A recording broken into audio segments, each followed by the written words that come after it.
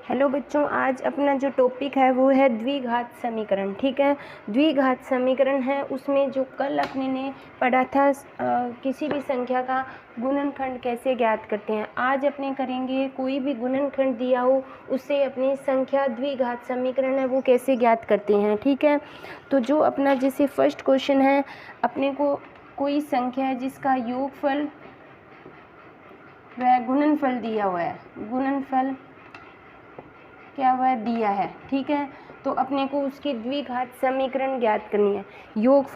योगफल अपने को दिया हुआ है, जैसे अपना फर्स्ट क्वेश्चन है 1/4 और -1, यानी योगफल दिया हुआ है अपने को। योगफल कितना दिया, योगफल क्या होता है alpha plus beta equal to क्या होता है -b/a। कितना दिया हुआ है 1/4। ठीक है, अब जैसे हमेशा ज्ञात करो बटे में दी होती है तो उस हिसाब से अपने योगफल कितना दिया हुआ है, तो यहाँ पे b की वैल्यू कितनी आ गई, v की वैल्यू आ गई -1, क्योंकि ये माइनस उधर चल जाएगा और a की वैल्यू कितनी आ गई 4। गुणनफल कितना दिया हुआ है, गुणनफल हमेशा ध्यान रखना जो पहला है ना वो योगफल होता है और ये गुणनफल है। गुणनफल अल्फा बीटा इक्वल टू क्या होता है c/a इक्वल टू कितना दिया हुआ है -1 दिया हुआ है। ठीक है, अब देखो -1 दिया हुआ है, यानी c/a इक्वल टू -1। इसके नीचे कोई संख्या ना मैं 1 लगाऊंगी, c की वैल्यू ज्ञात करनी है, a की वैल्यू यहाँ से लिखेंगे 4 -1/1, तो c इक्वल टू कितना है -4, यानी c की वैल्यू कितनी आ गई -4 आ चुकी है। ठीक है, अब अपने को जो समीकरण बना वो होता है ax² + bx + c। a की वैल्यू कितनी है 4 है तो a 4x, b की वैल्यू कितनी है -1 है तो 1 लगाने की जरूरत नहीं है, c की वैल्यू कितनी है -4। तो ये अब क्या आ गई द्विघात, एक प्रकार की क्या आ गई द्विघात समीकरण आ गई। ठीक है, ये अपना जो कल अपने ने जो जहाँ पे जो सेकंड प्रश्नावली स्टार्ट की थी 2.2 का फर्स्ट क्वेश्चन कंप्लीट किया था। ये क्वेश्चन कौन सा है, सेकंड क्वेश्चन का फर्स्ट क्वेश्चन है। फिर अपने इसी का सेकंड क्वेश्चन का क्या करते हैं, सेकंड क्वेश्चन ज्ञात करते हैं। क्या दिया हुआ है अपने को √2 और 1/3। ठीक है, ये पहला जो योगफल होता है और जो सेकंड होता है वो क्या होता है गुणनफल होता है। हमेशा ध्यान रखना जो बटे में दी होती है उसको पहले अपने उसी को हल करते हैं। ये गुणनफल है, गुणनफल क्या होता है alpha beta equal to c/a होता है, इक्वल टू कितना दिया हुआ है 1/3। क्योंकि ये योगफल है, मैं पहले गुणनफल, क्योंकि ये बटे वाली संख्या होती है उसको, यानी यहाँ पे c की वैल्यू कितनी है 1 और a की वैल्यू कितनी आ गई अपनी 3 आ चुकी है। ठीक है, फिर alpha plus beta equal to क्या होता है -b/a। इसका मान कितना दिया हुआ है √2।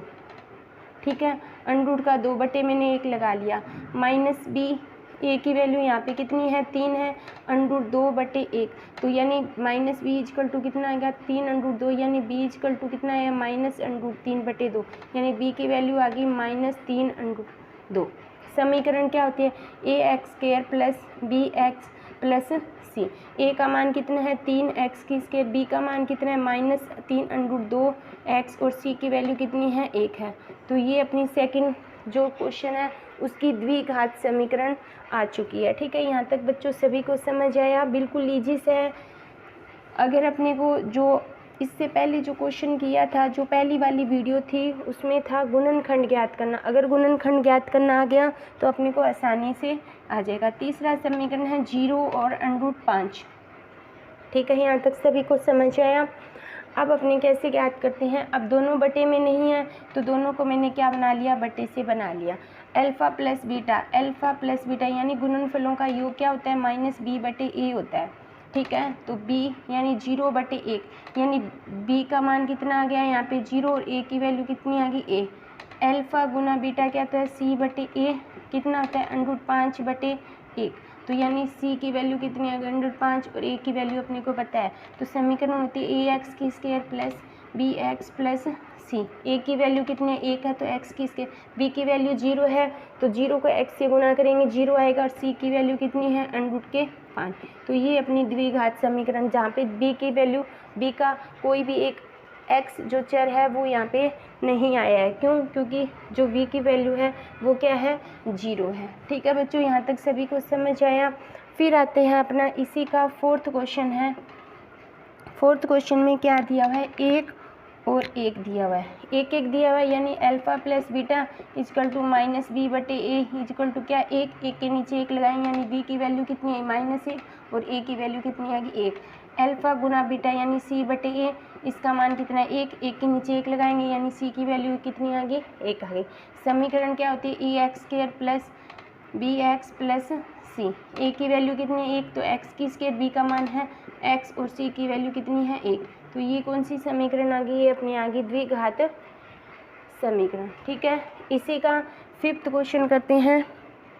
ठीक है, इसको रख कर देते हैं क्योंकि क्वेश्चन है ब्लैक बोर्ड पे पूरा नहीं आएगा, तो इसलिए मैं इसको अलग से लिखती हूँ। 5th क्वेश्चन है -1/4 और 1/4, दोनों बटे में है तो पहले कोई भी संख्या ले सकते हैं। Alpha plus beta equal to -b बटे ए, कितना हो गया -1/4। ठीक है, तो यहाँ पे a की वैल्यू कितनी है 4 है, b की वैल्यू बताओ, क्योंकि ये भी माइनस से माइनस कैंसिल, तो b की वैल्यू कितनी आ गई 1। अल्फ़ा गुना बीटा यानी c बटे ए, कितना है 1/4, c की वैल्यू कितनी आ गई 1 और a की वैल्यू पहले से 4 दी हुई है। द्विघात समीकरण ax² प्लस bx और प्लस c, तो a का मान कितना है 4x², b का मान कितना है x और c का मान कितना है 1। तो ये अपनी आ गई द्विघात समीकरण। ठीक है बच्चों, यहाँ तक आया सभी को समझ में? बिल्कुल इजी सी प्रश्नावली है, बिल्कुल छोटी सी प्रश्नावली है। ठीक है, फिर इसी का लास्ट क्वेश्चन अपने करते हैं 6th क्वेश्चन। 6 में क्या है 4 और 1। ठीक है, यानी alpha plus beta equal to क्या है -b बटे ए, दोनों को बटे में बना सकते हो, नीचे कोई संख्या नहीं है तो क्या हुआ 4 बटे ए, यानी b की वैल्यू ये माइनस उसमें चल जाएगा -4, ए की वैल्यू कितनी आ गई 1। अल्फ़ा गुना बीटा इजकल टू c बटे ए, कितना है 1 बटे ए, यानी c की वैल्यू कितनी आ गई 1 आ गई। तो वही ax² plus bx plus c, a का मान कितना है 1 है तो x की स्क्वायर, b का मान -4 है और c की वैल्यू कितनी है 1 है। ठीक है बच्चों, यहाँ तक क्वेश्चन सभी को समझ आया? बिल्कुल इजी सी प्रश्नावली है। तो ये आगे द्विघात समीकरण। तो यहाँ पे जो अपना है ये प्रश्नावली है वो लगभग क्या होती है, ख़त्म हो चुकी है।